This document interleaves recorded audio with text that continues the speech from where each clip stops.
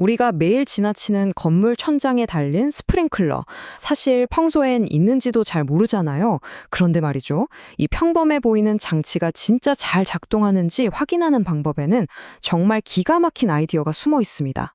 물난리 없이 안전을 지키는 그 기바람. 오늘 그 스프링클러 시험 장치에 숨겨진 천재성을 한번 파헤쳐 보겠습니다. 스프링클러. 이게 화재 났을 때 우리를 지켜주는 뭐랄까 최후의 보루잖아요. 근데 만약에요. 진짜 필요할 때 이게 먹통이 된다면 상상만 해도 끔찍하죠. 그래서 우리는 이걸 반드시 시험해야 합니다. 그런데 여기서부터 문제가 시작돼요. 맞아요. 바로 이겁니다. 이게 제대로 살아있는지 확인은 해야겠는데 그렇다고 시험 한번 하자고 건물 전체를 물바다로 만들 수는 없잖아요. 정말 골치 아픈 딜레마죠. 자, 그런데요. 우리 엔지니어들이 이 딜레마를 정말 기가 막히게 해결합니다. 전용 시험 장치라는 아주 멋진 우회로를 만들어낸 거죠.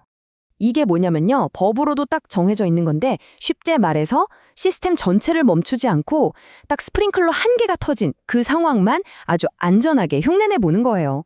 덕분에 물 피해 걱정 없이 시스템 전체가 이상 무 상태인지 확인할 수 있는 거죠.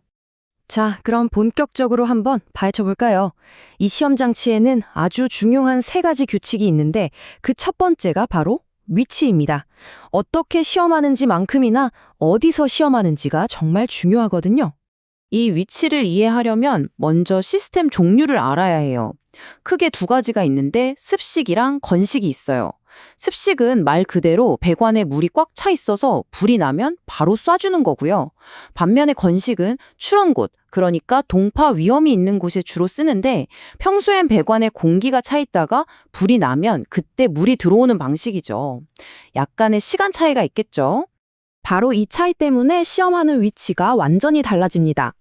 습식 시스템은 그냥 중간쯤에서 물 잘 흐르는지만 확인하면 되는데 건식 시스템은 그게 아니에요. 가장 멀리 있는 배관, 그러니까 시스템 입장에선 가장 불리한 조건에서 시험을 해야 하는 거죠. 물이 거기까지 제 시간에 도착할 수 있는지 그야말로 극한의 스트레스 테스트를 하는 겁니다.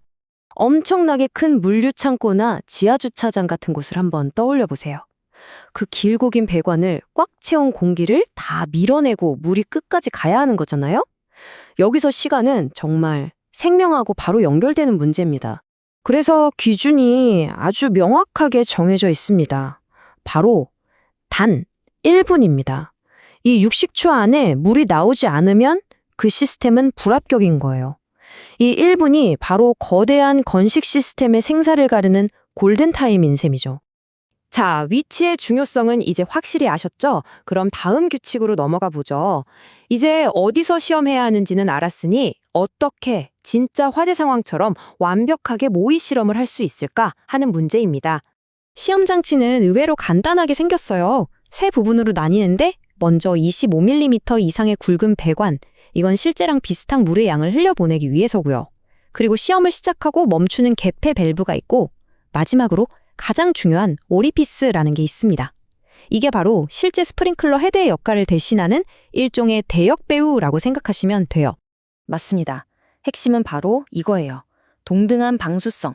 이게 무슨 말이냐면 그냥 물만 졸졸 흘려보내는 테스트가 아니라는 거죠. 실제 스프링클러가 딱 터졌을 때와 똑같은 양, 똑같은 압력으로 물이 쏟아져 나오게 만들어서 시스템이 그걸 제대로 감지하고 반응하는지를 보는 아주 정밀한 시뮬레이션이라는 뜻입니다. 그래서 규정을 보면 되게 재밌는 부분이 있어요. 굳이 스프링클러 헤드 전체를 쓸 필요 없이 그 핵심 부품인 오리피스 부분만 떼어내서 써도 된다고 되어 있거든요. 겉모양은 전혀 중요하지 않고 오로지 실제와 똑같은 물의 흐름을 만들어내는 기능, 거기에만 집중하겠다는 거죠. 자, 이제 완벽한 시험까지 마쳤습니다. 그런데 문제가 하나 남았죠? 이 테스트에 쓴 물은 다 어디로 갈까요? 그냥 바닥에 쏟아버리면 그게 또 다른 사고로 이어질 수 있잖아요. 당연히 이 규정에는 이런 현실적인 문제에 대한 해결책까지 다 들어 있습니다. 규칙은 아주 간단하고 명쾌합니다. 시험 배관 끝에는 반드시 물바지통이랑 전용 배수관을 연결해서 시험에 쓴 물을 안전한 곳으로 흘려보내야 한다는 거죠. 안전 점검하다가 물난리가 나거나 누가 미끄러져서 다치면 안 되니까요. 아주 당연한 이야기죠. 그리고 이 규정이 되게 합리적이라고 느껴지는 게 예외 조항도 있어요. 예를 들어 화장실이나 목욕실처럼 원래부터 배수시설이 잘 되어 있는 곳이라면 굳이 물바지를 또 설치할 필요는 없다는 거예요. 상황에 맞게 유연하게 적용하는 거죠. 아주 똑똑합니다. 자, 지금까지 살펴본 이 세 가지 규칙들, 이게 다 모여서 어떻게 우리의 안전을 지키는 하나의 거대한 시스템이 되는지 마지막으로 정리해 보겠습니다. 정리해 볼까요? 가장 최악의 조건을 가정한 위치, 실제 상황과 똑같이 재현하는 모의 실험, 그리고 시험으로 인한 이철 피해를 막는 안전한 마무리. 이 세 가지의 간단한 규칙이 모여서 화재라는 위협에 맞서는 우리의 첫 번째 방어선을 아주 튼튼하게 만들어주는 겁니다. 결국 이 모든 건 그냥 귀찮게 하려는 서류 작업이나 절차가 아니라는 거예요. 우리가 정말 필요로 하는 그 결정적인 순간에 우리를 지켜주는 이 조용한 수호자들이 진짜 제대로 작동할 거라는 믿음을 주는 아주 세심하게 설계된 약속인 셈입니다. 오늘 이 평범한 스프링클러 시험 장치 하나에 이렇게나 깊은 고민과 천재적인 아이디어가 숨어 있다는 걸 봤는데요. 어쩌면 우리 주변에는 우리가 미처 알아채지 못하는 이런 보이지 않는 규칙이나 설계들이 훨씬 더 많지 않을까요? 매일 우리를 안전하게 지켜주고 있는 그런 것들 말이죠. 오늘 하루는 주변을 한번 새로운 시선으로 둘러보시는 건 어떨까 싶네요.